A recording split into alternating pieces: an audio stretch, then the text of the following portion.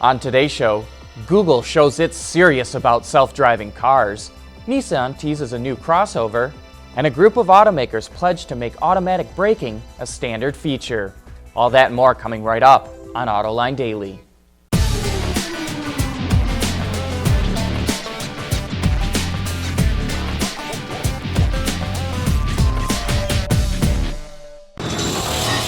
This is Autoline Daily for September 14th of 2015. In another sign Google is serious about coming out with a self-driving car, the company just hired former Hyundai of America CEO John Krafcik to lead its autonomous division. Krafcik, who was most recently president of TrueCar, will join Google later this month. And in other executive news, FCA CEO Sergio Marchionne is skipping this week's Frankfurt show to help with labor negotiations with the UAW. That's because the union selected the automaker to set the pattern for collective bargaining agreements, which will serve as a template for talks with General Motors and Ford. The UAW didn't say why it chose FCA, but the carmaker is in a weaker position than its crosstown rivals. The contracts at all three automakers expire tonight. We believe automatic emergency braking is one of the most effective safety technologies to come out recently, and soon it's going to be a lot more common. The Transportation Department and Insurance Institute for Highway Safety said that 9 automakers have signed on to make the technology a standard feature in their new cars. The list includes GM, Ford, Toyota, Tesla, BMW, Daimler AG, Mazda, Volvo, and the Volkswagen Group. Those car makers accounted for 57% of all light vehicles sold in the US last year. Automatic emergency braking uses various sensors to detect a crash and will apply the brakes to avoid or minimize the impact. It's also going to be a necessary technology for future autonomous cars. We'll be back with more right after this. Autoline Daily is brought to you by Bridgestone Tires, your journey, our passion. Dow Automotive Systems, breakthrough technologies for lightweight vehicles. And by Pure Michigan, leading the automotive world in intelligent connected vehicles. We run on brain power. Last week, Nissan teased a new crossover called Gripz. It will show off in Frankfurt tomorrow. And to keep us guessing, it's showing us just a little bit more. And of course, what would be a new Nissan vehicle without that V-shaped grille that we've seen on the new Maxima and Murano? But the automaker also said it drew inspiration from Nissan 240Z Desert Racers. Speaking of teases, Mercedes showed off this new concept on its Facebook page yesterday. It's called the Concept IAA, which stands for Intelligent Aerodynamic Automobile, and may also be a nod to the Frankfurt show that bears the same letter combination.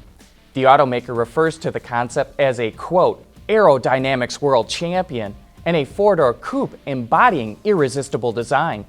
No word on if the concept hints at future design, but as some have pointed out, the silhouette is reminiscent of the Audi A7 Sportback. Bentley and Rolls-Royce are debuting new vehicles at the Frankfurt show this week, but are these the vehicles they need? That's coming up next.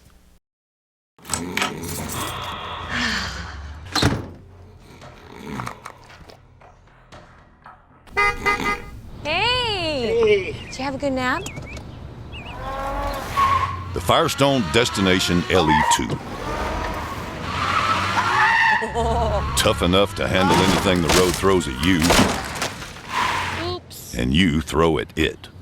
Durable, dependable Firestone tires. Whatever you drive, drive a Firestone.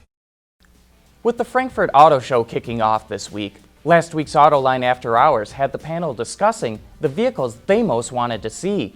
In the following clip, John, Gary, and their colleagues discuss a couple of luxury vehicles debuting at the show.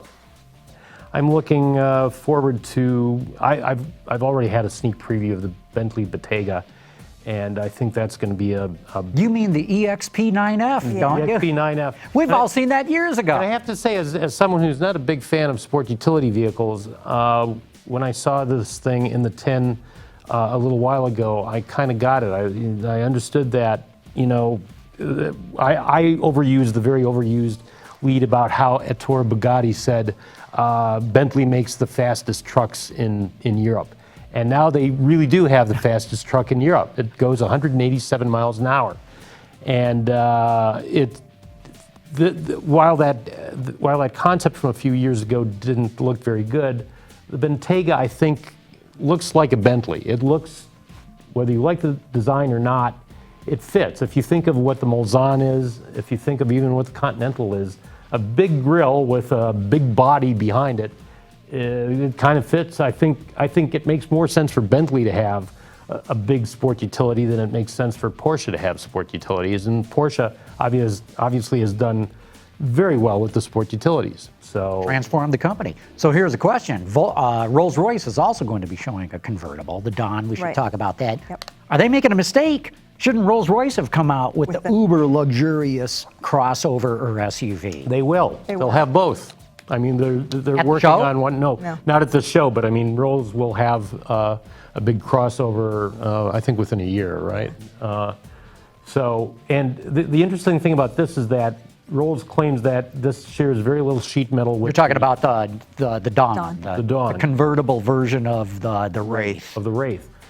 Rolls says that it shares only, 20% of the sheet metal or something like that? I forgot what's Probably everything from the A-pillar back is probably unique, is my guess. Yeah. So, when you're selling cars in that atmosphere and that price, it doesn't matter. You've got margin for it. And obviously this is, you don't need to sell a lot of them. And you're not going to sell a lot of them because it's Rolls-Royce. You can watch that entire show right now on our website and YouTube channel. Speaking of Frankfurt, make sure you tune into our coverage of the show on Tuesday and Wednesday. John will be interviewing executives from the floor of the show with their new vehicles. Keep checking Autoline.tv throughout the day, starting tomorrow, for the latest interviews. That wraps up today's show. Thank you for watching, and please join us again tomorrow.